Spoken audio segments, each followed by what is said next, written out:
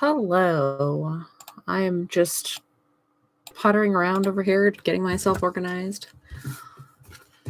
So, hi, I am working on a new illustration this evening. I currently have a great big blank piece of Bristol that I'm going to be working on.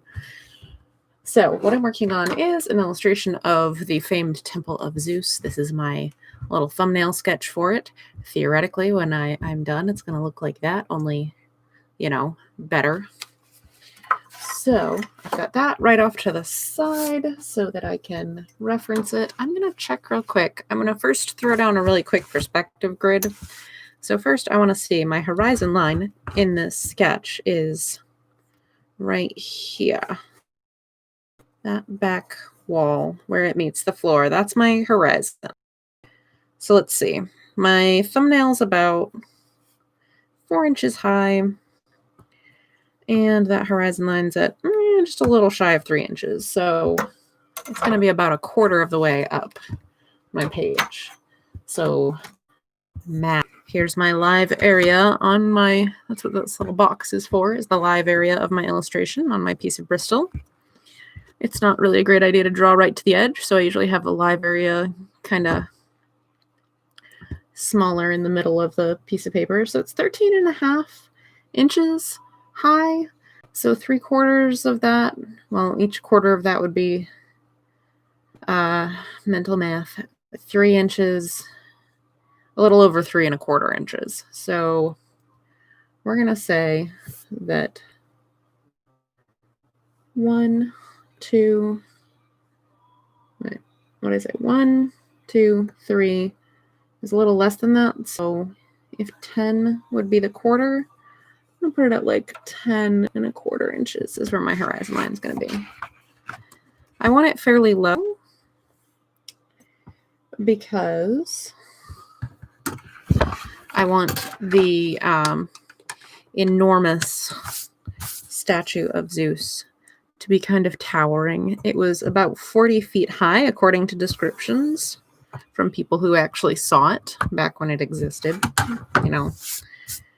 centuries ago. So that's my horizon line. I mark it so I don't get confused later. It's basically just going to be a really simple kind of one. I'm actually going to make sure that that central point is in fact centered. My live area is, sorry, I'm out of frame a little bit. Let me scoot that up. My live area is 1/4 inches wide. So I'm going to go to 5 and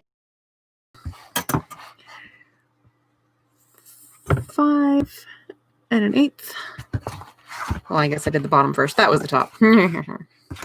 Just to make sure that I'm perfectly centered.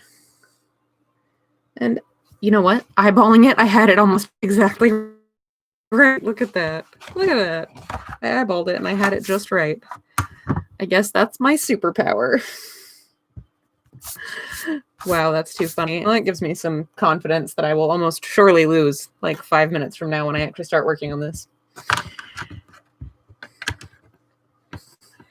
All right, so for the perspective grid, I actually like to use a different colored pencil. So most of my drawing for this sort of thing, this is what I use on my comic pages and on a lot of my illustration work. Anything that's going to be black and white or is going to be computer colored. So the only thing that's traditional is black and white. I will do my drawing in Colorase blue because it is easy to pull out in Photoshop, and like you'll see it on the original piece of paper, but you can pull it out of Photoshop and just leave the black really easily, which is nice. But it does not hurt my eyes like non-reprographic blue does. Colorase makes these in a ton. Prismacolor makes the Colorase pencils in a ton of different colors. And so for perspective grids, I actually go with something that contrasts really well with the blue, like red or like hot pink, that is also easy to pull out in Photoshop because it's nice and bright, but will not confuse me with my final drawing lines later, which will be in the blue. So if I have stray perspective grid lines that are not supposed to be things, they were just there in case I needed them, I don't get confused when it comes time to ink. So I'm just kind of rotating my ruler along.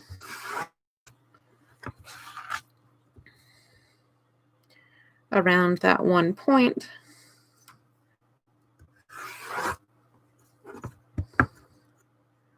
And drawing a line straight through. This is just going to be a simple 1 point perspective. So everything is vanishing to this 1 point. No, it's not a realistic perspective, but it's a dramatic perspective. I have heard the argument that it is flat, and I'd say if 1 point perspective looks flat, then you're doing it wrong. Or I should say you're just not using it to its full effectiveness as a choice for composition. It's like for an image like this where I want the statue of Zeus to look really impressive and big, could I like drive myself crazy and do this in 3 point perspective? I mean, yeah, sure, I could. Would it add that much more to the composition? That's arguable. Especially not for the fact that I need to get this project done, man. I've been working on this project for ages. It needs to get done. We're all desperate to see this done. All right, I have my perspective grid laid down. I don't need this anymore. It's going to go off to the side. Now I can come back to this and work on laying down the beginning of our... So there's my center line. I'm going to actually draw myself a very light little guideline there.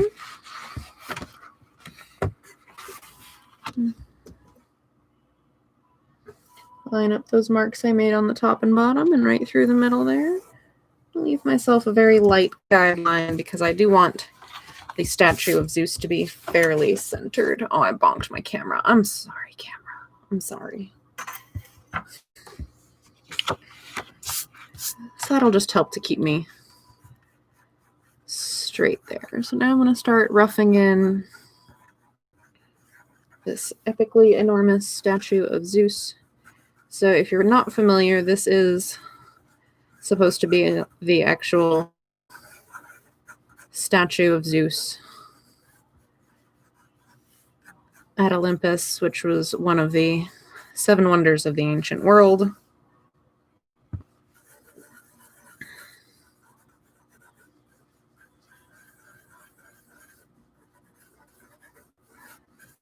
Zeus and his man spread going on here.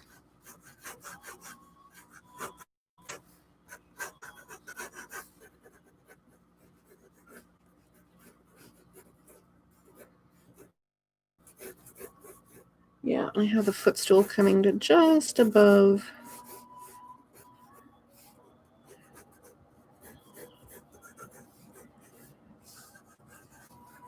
I feel like his top half is a little shrimpy by comparison. I think I made his... I mean, granted, it should be a little bit smaller on account of its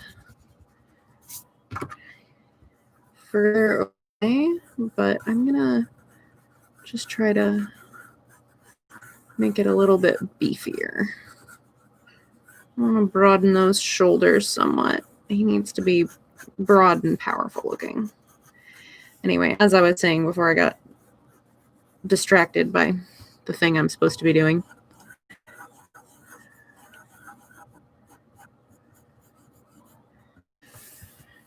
That's better. I'm liking that better. So you'll be seeing like kind of, or you would be seeing under his chin, but he has a beard, so I'm not sure how well that's going to convey. Whatever. So as I was saying, this was one of the 7 wonders of the ancient world. It was a 40-foot tall sculpture of Zeus, the Greek god. And the descriptions of this thing are just like wild. Totally wild.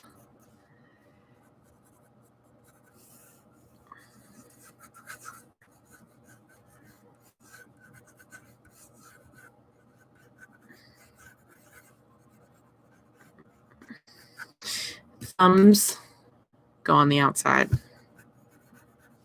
Someday I'll remember this. So like it was seated, it was 40 feet tall. And the temple it was in, the roof was only 60 feet tall. So it filled this temple. It was truly, truly imposing. And it was actually a wooden sculpture. Like it was a wooden frame with a bunch of plates of different precious materials like ivory and gold and glass and precious jewels and ebony all laid all over it to provide the final sculptural form and all the different coloration. So it would have been really impressive. It was destroyed. Oh, geez. Which one of the later Roman emperors had it dismantled? I can't remember which one now. I researched all about it in preparation for doing this piece, but now I don't remember.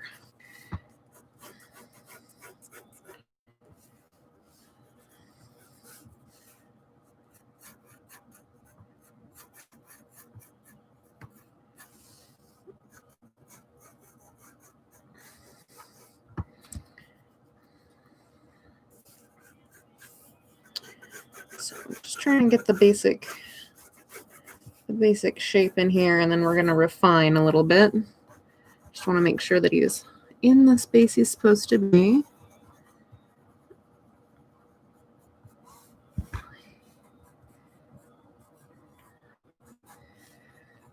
So even though this particular wonder did not survive to modernity, there were lots of descriptions of it. So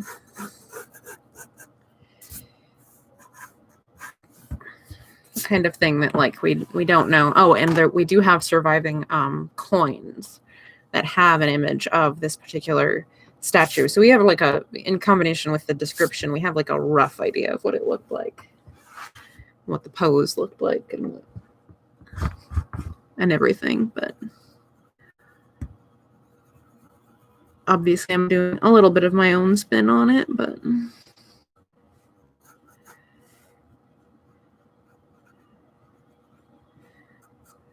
and he held Nike in one hand, which is what I'm working on right now, and a staff topped with an eagle on the other.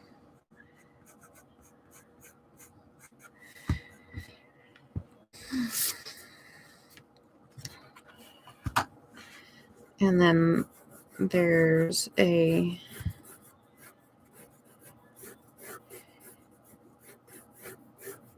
pool. That is a wonky ellipse. Oh boy. Okay, we're gonna have to fix that ellipse a little later.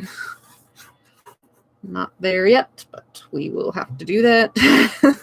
So that's a very wonky ellipse. I'm not gonna worry about too much at the moment. I'll get there. But there was a pool at the base of the statue because the ivory had to constantly be coated in olive oil to keep it from rotting in the in like the humidity and of the area that it was in. So that's kind of interesting. And so the olive oil was constantly being like rubbed all over this thing and then just kind of slowly oozing down. And so they were like, well, we'll make it a feature. we'll build a little wall and it'll be a nice little pool of. All I can imagine is that it would be like constantly on the verge of going rancid. So I don't know how nice that actually was, but I guess in the ancient world, stuff was kind of smelly all the time anyway. So people probably would have been. All right, we got. So the idea is that the party, the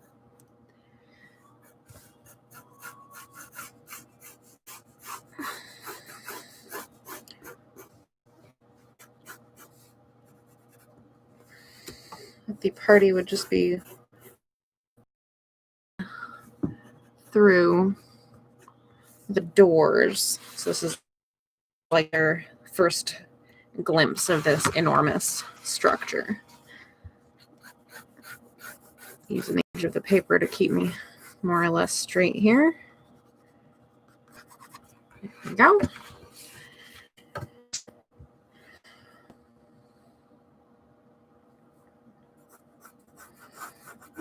We've got like the back wall of the temple back here.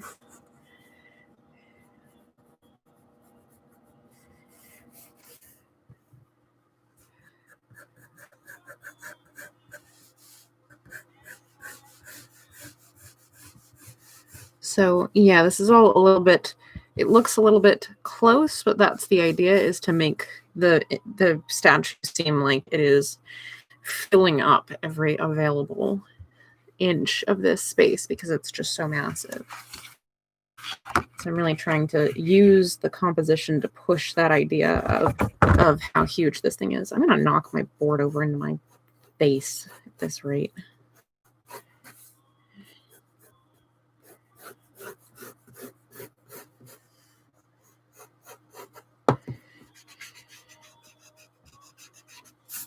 I don't know what's happening with that curve. We're gonna have to adjust that. That's clearly not the same curve as that curve. Those are not the same. We'll get there.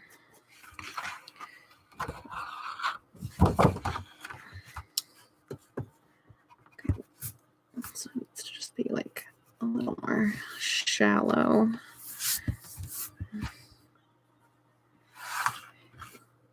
And that needs to be rather steep. Okay, I want to make sure that's on the same level, so we're gonna draw that across there. Yep. There we go. Yeah, so that's where that should be. That's why that's not working. Okay. That's all sorts of wrong.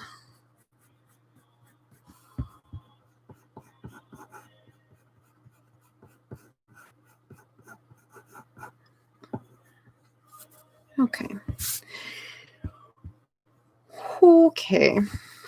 So now I need to add my characters down here.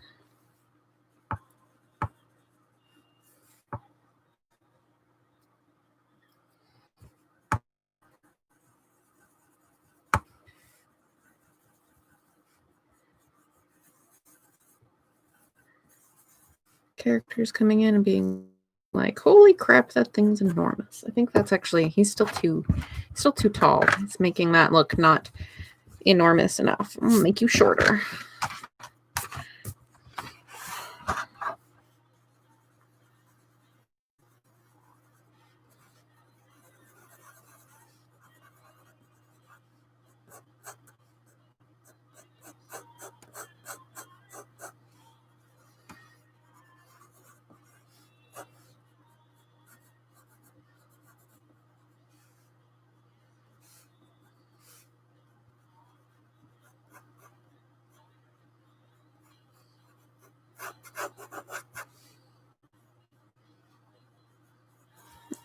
There's beginnings of one figure. I have a couple others over here.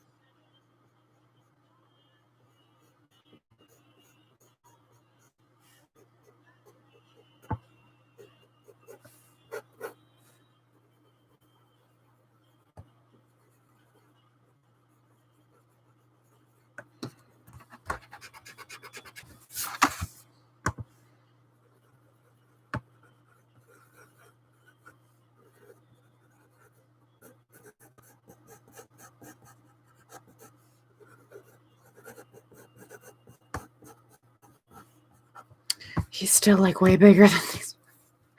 Okay, we'll fix him again. That's why we fix these problems now when they're still just little sketches rather than waiting until they're too far along. Okay. He's supposed to like be holding his helmet like he took it off. That's gonna be a Knuckles. One of our characters. Okay, you need to be fixed. Mister, you're like 10 feet tall. That's enough. It's enough out of you. You need to be short, guys. Your head needs to be like down here.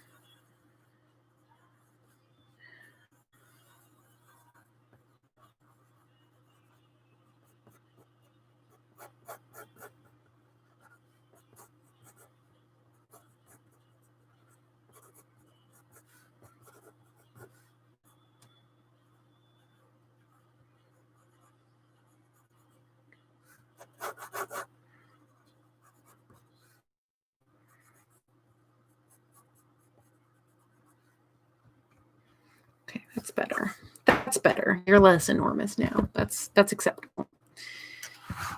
Okay, so now we have everything roughed in. I know where more or less my walls and my figures and everything are going to go. So now I can start tightening them up. I'm going to sharpen my pencil real quick. Assuming I can find my pencil sharpener.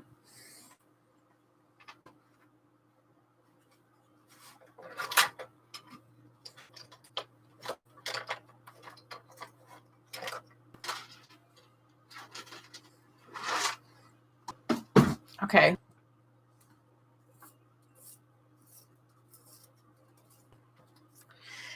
Okay. I'm going to start by tightening up some of these architectural elements on the outer edges here. I normally don't bother with using a straight edge on straight lines in a pencil stage, but this is a very, very long straight line. I'd rather reduce the amount of wonk in it. So we're gonna, that wasn't bad. It was fairly straight, but just clean up some of this extra hairiness going on here on this line. Using my triangle essentially as an eraser guard right now. There we go. That helped. Clean that business up a little bit.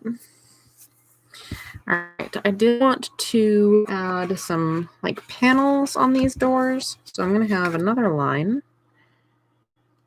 right here.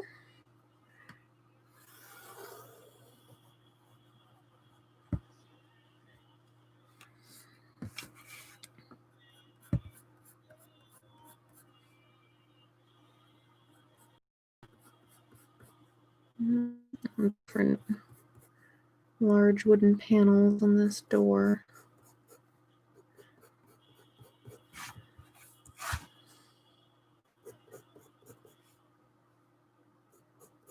Those are not the same size. And what are you doing? That top one is way too big. And the bottom one is too small. Okay. Okay. Gonna fix that. Gonna try to fix that. Let's try to fix that.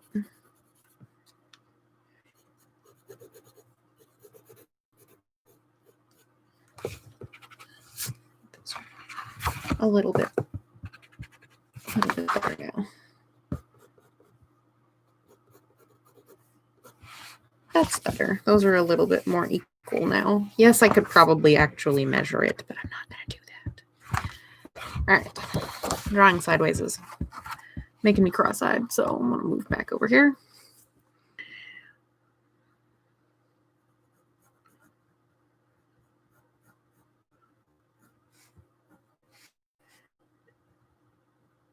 Just adding some like little like reinforced bracket details on the door here. I don't know if this is how the ancient Greeks constructed their temple doors. You know what? It looks cool. I research things pretty thoroughly, but there's kind of like a point of diminishing returns. I'm like, could I research how the ancient Greeks built their temple doors? I mean, sure, I could, but I've got things to do, like finishing this before I turn 500 years old. All right, so we're going to repeat all that over here. Keep it uniform and symmetrical is what we're going for here. Yeah, I'm using my triangle kind of like an eraser guard to clean up some of that nonsense.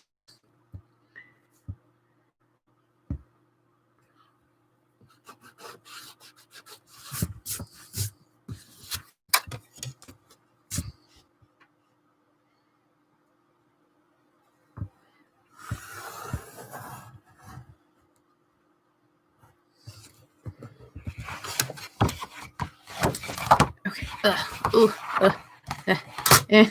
Tiny studio setup is out to get me today. All right. So we've got one here. We've got one. Let's use our triangle appropriately, Amanda. Stop.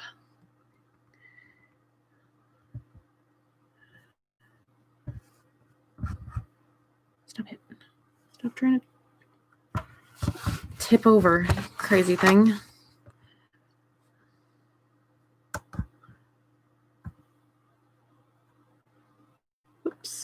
Whoops. Oh, I did these. You did them on the wrong line. Basically just trying to make sure that these are going to be on the same level. So I'm following my triangle across because it is a right triangle. So I can line up one edge on the edge of the paper and get things to be on the same level across both sides. So now I can use those lines and follow my grid. And I should have fairly identical doors here. Oh my God. There goes my microphone. Okay. Nope.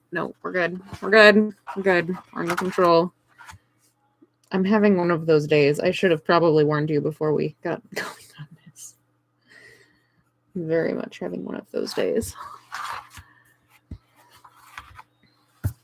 All right, so we do the little brackety things again because they look cool and they give the door some character. They're theoretically functional. Probably not historic.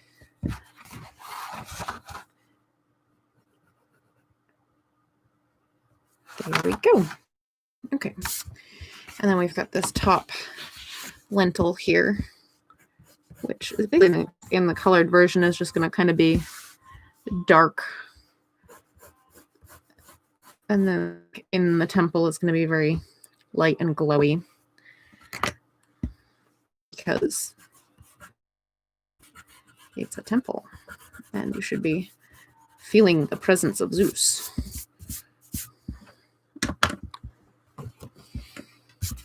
As people who wrote about it at the time said, that it was so impressive. You felt the presence of Zeus when you were in its presence. All right, I just want to start working on this statue now. I know I've got other little things I can or should work on before then, but I really just want to work on it because it's really cool. So let's get to this here.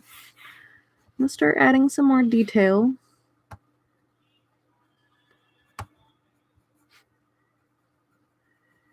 Start giving him a face instead of just a melon.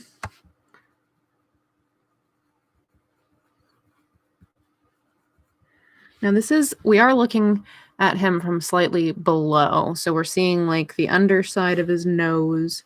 His cheekbones are going to be infringing on his eyes a little bit. Going to be seeing the underside of his brow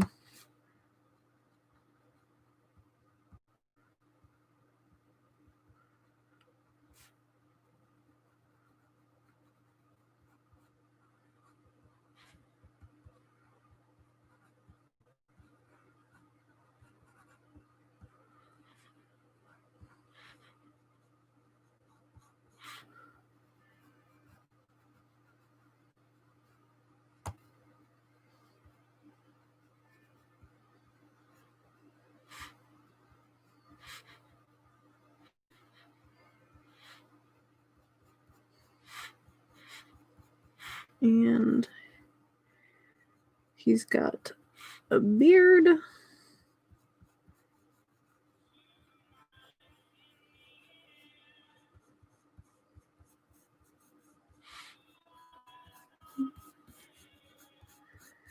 The Greek statues usually have this kind of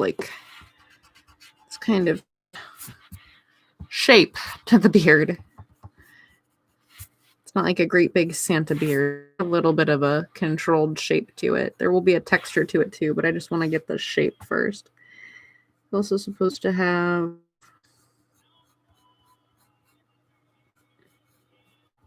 a crown of olive branches.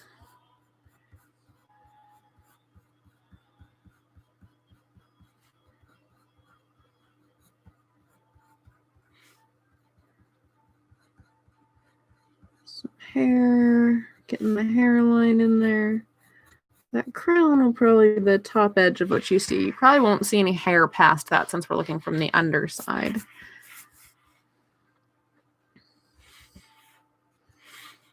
All right, so that's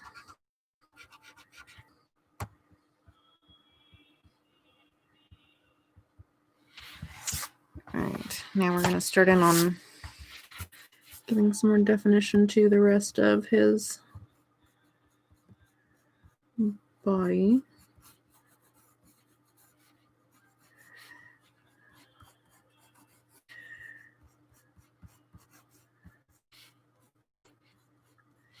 All right, he should have, I will get there, but he should also have, he is wearing clothing. He's not completely naked.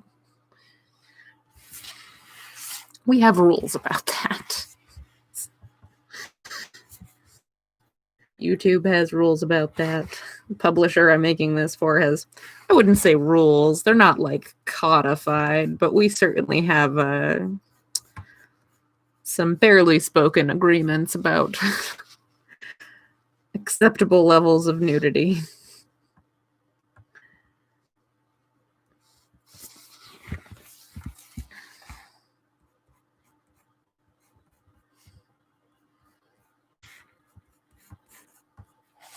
I'll worry more about tightening that up in a minute, but it was really, the bigger problem was just that it was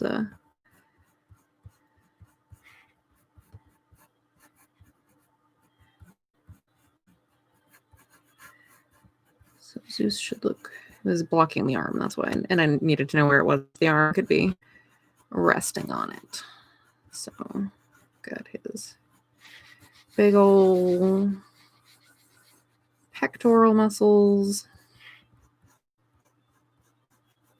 Nice, thick, powerful trunk, like an actually strong guy trunk, not like a showy muscle trunk with the, not the type that where you have like the giant chest and then the itty bitty like wasp waist, which is a look if that's what you're going for, but not the kind of look we're going for with Zeus. All right, I don't know what this scribble is, so we're gonna erase that scribble and we're gonna try to make something that makes a little more sense, because I was trying to figure it out and I don't know. So there's his forearm, which is resting on this. At his wrist, he's got his hand extended, palm up. So we are seeing the back of his hand and his knuckles. This is the side of his hand right here. His knuckles are going to be right here. Oh my God, seriously, bored, stop it. His thumb is over here, but you're not really going to see it much. Okay, so first digit, second digit, third digit.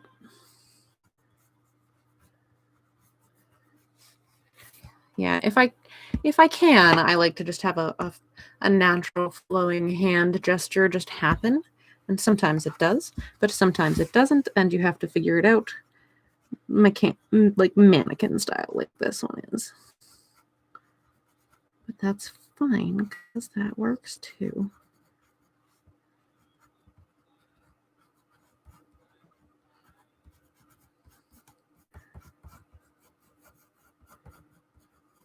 There we go. So that's, you're really not going to see that thumb from the angle, but there's his hand.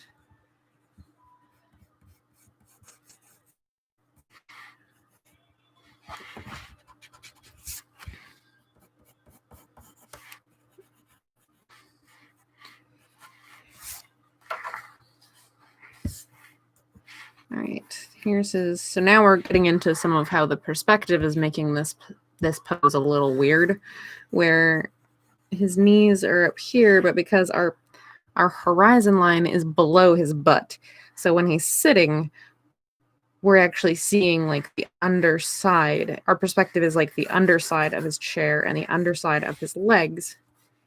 So his knees are higher than his pelvis from our perspective. They're actually on level with his pelvis, in fact, but from where we are, they look like they're higher. We're not going to get a full effect, more of a notion of where.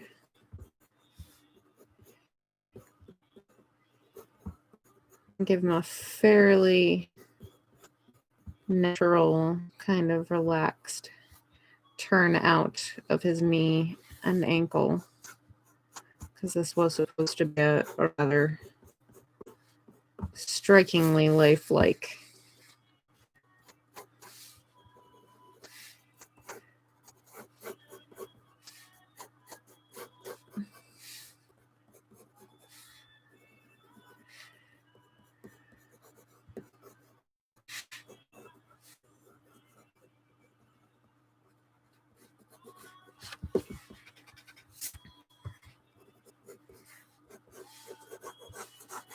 We're going to need some refinement. That's the basic positioning of his feet there. His sandals and his footstool. So now we get some of the outline of the draping of his robes.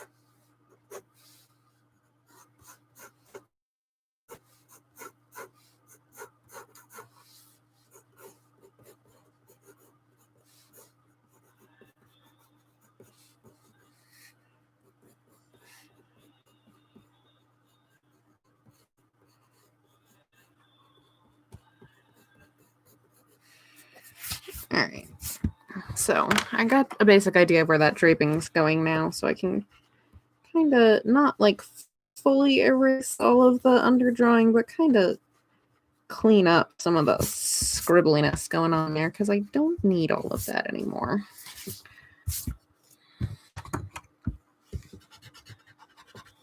There. Okay. So back to the torso.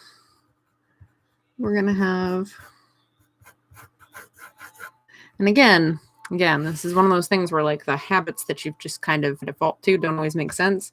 So I'm used to doing drawings of people where, you know, if a garment is falling across their chest, I'm looking at them from like face level or above. So I'm showing a swoop down like this. But remember, we're below. So it's going to actually look like it's crossing up and curving up like that, because that's the perspective we're seeing it from.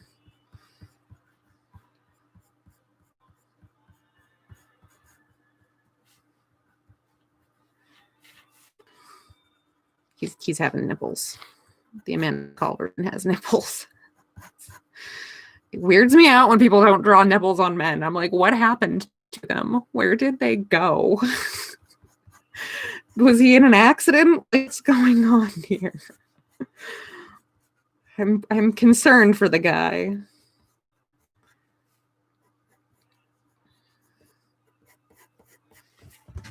I'm not crazy about the draping going on the top of his robe here, but you know what? I'll come back and mess with that in a little bit. Just trying to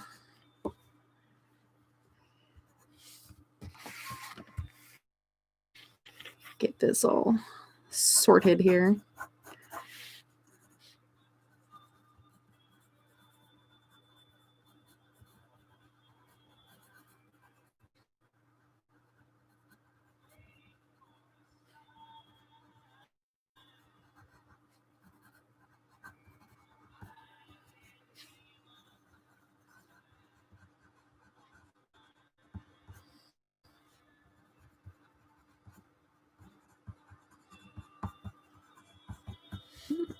I have to noodle with that a little bit, but hand.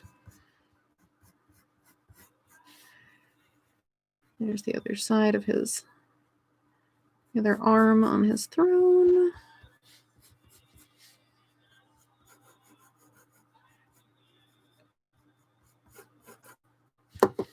That is not the same curve.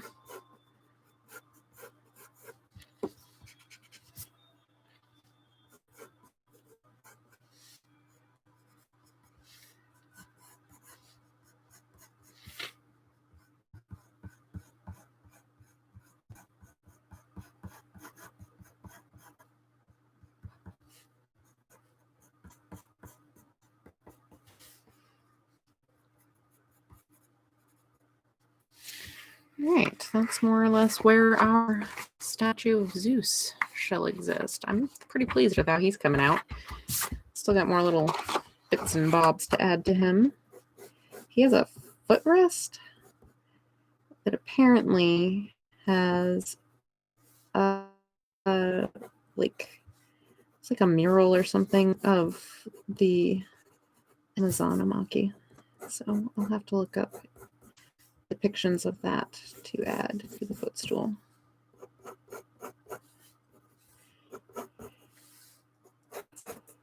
Here's the rest of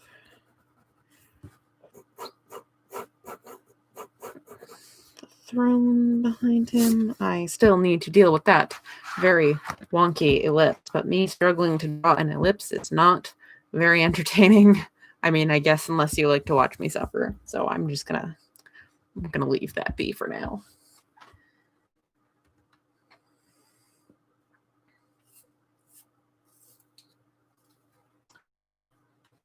Okay, I'm sharpening my pencil again here.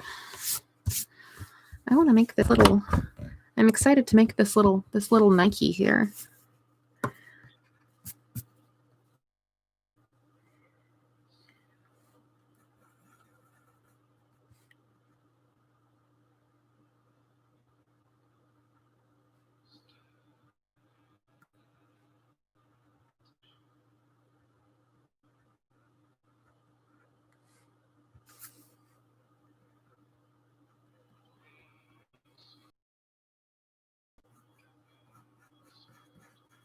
Refine her pose a little bit.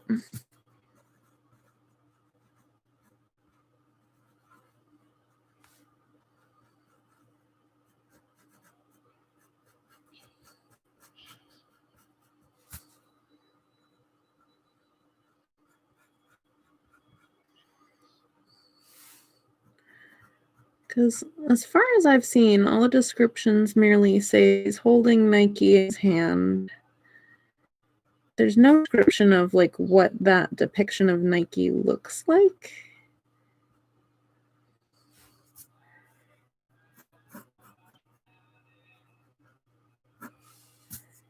I have her holding a little spear.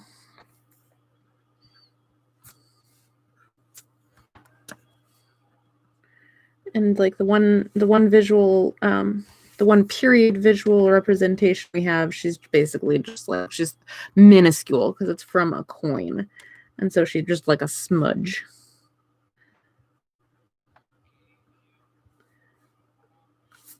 So I'm gonna make her look nice and dramatic, much like the famous one, because this project has been a great opportunity to just indulge all our art history nerd.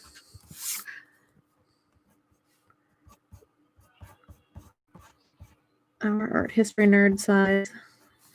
This is probably like the most, there's probably like the most references and Easter eggs to art history in this project than any ever worked on. Even probably, that's a definitely just a ton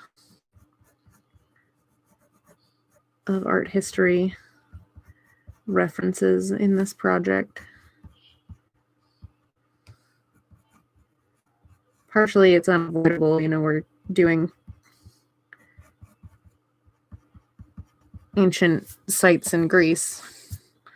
So, like, of course, there's some stuff that we're going to have to do that we almost can't avoid doing. Oh, that's a nice little Linky. I like her. I like how she came out. She's very cute. Some stuff you can't even avoid. What? Yes, I do. What? Tigray. What do you want? I don't know what you were responding to because I didn't look up. I have no idea when the comment popped up. Sorry. I'm now missing the context on my own stream.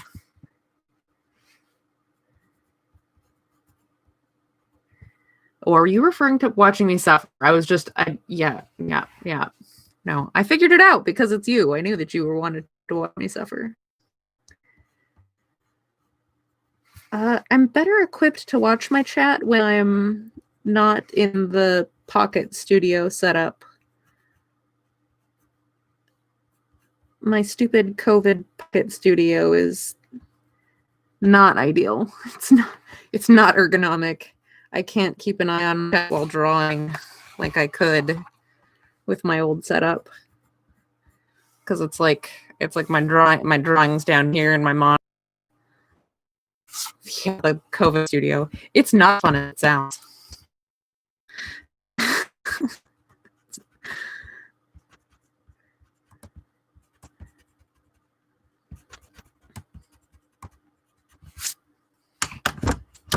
So it's also my drawing board keeps seeming like it's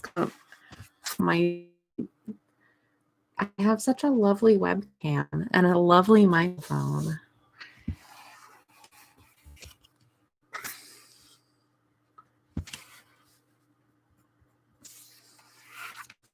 I guess I haven't actually tried streaming with my current phone. With my old phone, it was not very good.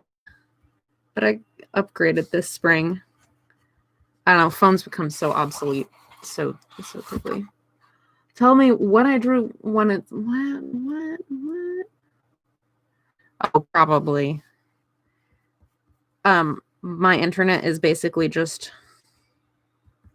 a moose that somebody dangles a carrot in front of, and that's what makes the internet run. So sometimes the moose gets tired or the moose gets grumpy and my internet's not so good.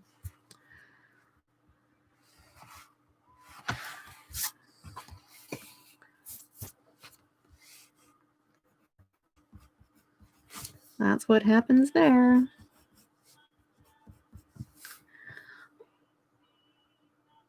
Oh, use the phone to keep track of the chat. Yeah, that would make sense. You're making too much sense, Tigray. Look.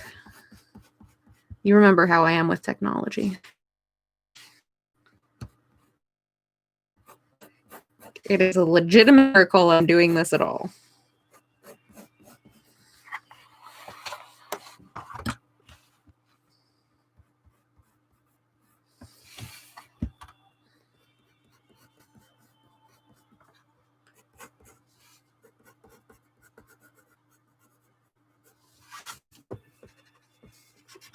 Can clean up more of this. Make more of this underdrawing go away. And stop making everything look so scribbly. It does break when I think about it. Shh, don't say its name. You'll scare it.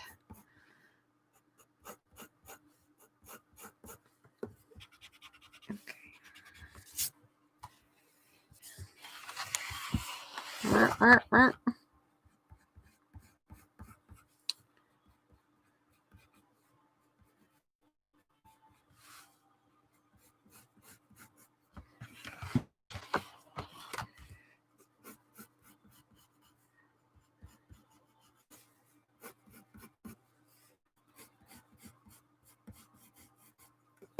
Get some more of this draping. There goes more of that underdrawing. Hey, now it actually looks like a robe over some legs. I do take photos of my artwork or take photos of the moose. The moose is skittish. I don't want to scare him off.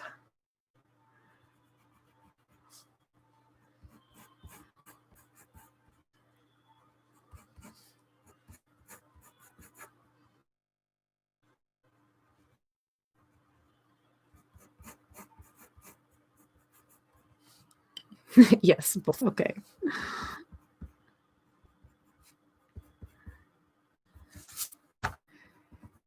Just hold your horses. We're at 52 minutes, 36 seconds. You've got about 2 more minutes, and then I'll tell you where people can find me. If there's a time. There's a time for these things. You have watching me struggle time, and you have listening to me blab about nothing time, and you have me getting harassed by people that I know in the comments section time. And then at the very end, you have the places you can find me time. Not that I need to shade this in, because I'm going to ink it in like not very much time. And also I'm probably not going to actually ink that black because it's going to be colored and that would look kind of goofy. But it just helps to keep it visually for me while I'm working on it.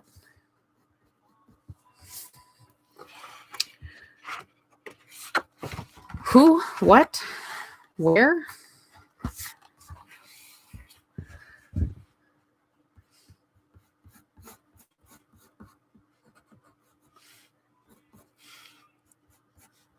Oh, now you're leaving. Okay. Be that way. Oh yeah, I wanted to fix this draping. I'm not liking it. I'm not liking it. It's all the same. I want it to do this like pockety thing down around his belly.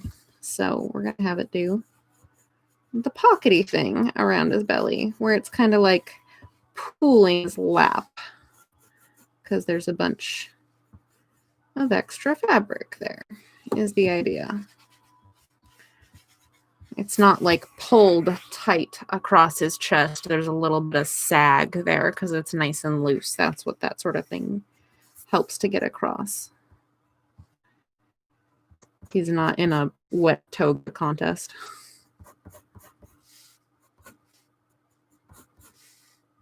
Even though that was very much the style for a few times around with different art movements.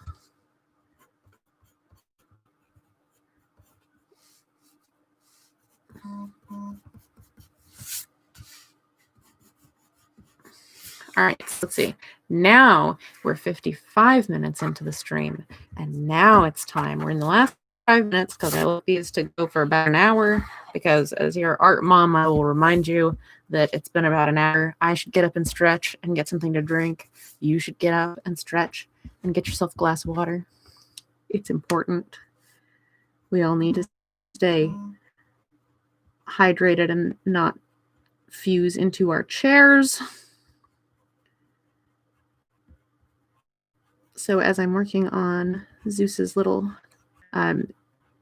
you should subscribe to it and like this video so that you can watch me do these art streams, which I do every Tuesday, and post other random art related videos about every 2 weeks or so.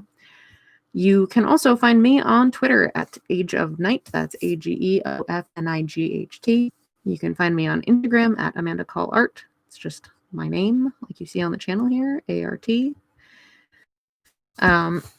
Usually you see me on here working on my webcomic, Age of Night, which you can find at ageofnight.com. That's spelled the same as my Twitter handle, AGEOFNIGHT. That is my weekly fantasy comic. You get a new comic page every Wednesday. Patreon. So if you want to help support me making lovely arts, you get all the comic pages a week early. You get other cool behind the scenes and early access stuff. I give you free comics even. And that's at patreon.com/ageofnight, spelled the same way as my website and my Twitter handle. Did you miss the talk about it? No, I talk about it quite a bit. And also, obviously, you know about it, you dork. You're writing it in the comment section.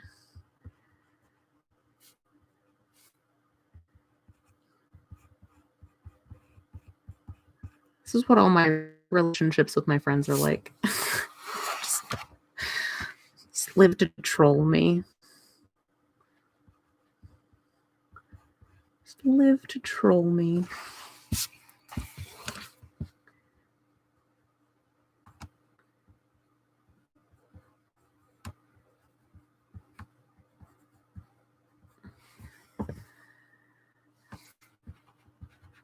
That is true. The people who live to troll everyone seem to be the people I make friends with. I'm not sure what that says about me.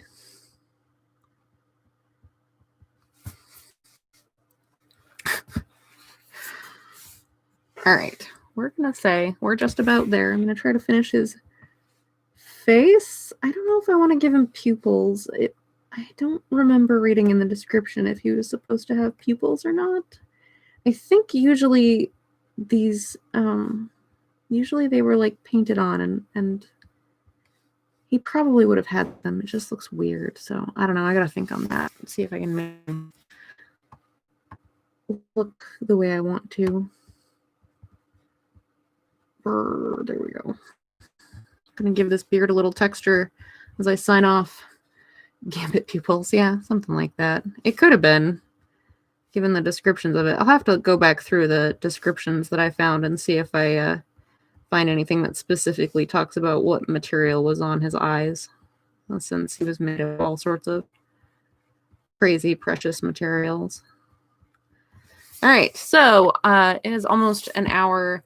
I started this with just a blank page with just my live area marked out. And at the end of about an hour, I have, I'm pretty far along on this drawing. I've got it all roughed in. I've got Zeus most of the way there, and I've got everything else in place, at least, if not finished yet. So keep an eye out on my Instagram and Twitter, and you'll see an update of this as it moves further along. And otherwise, I will see you next week. Bye.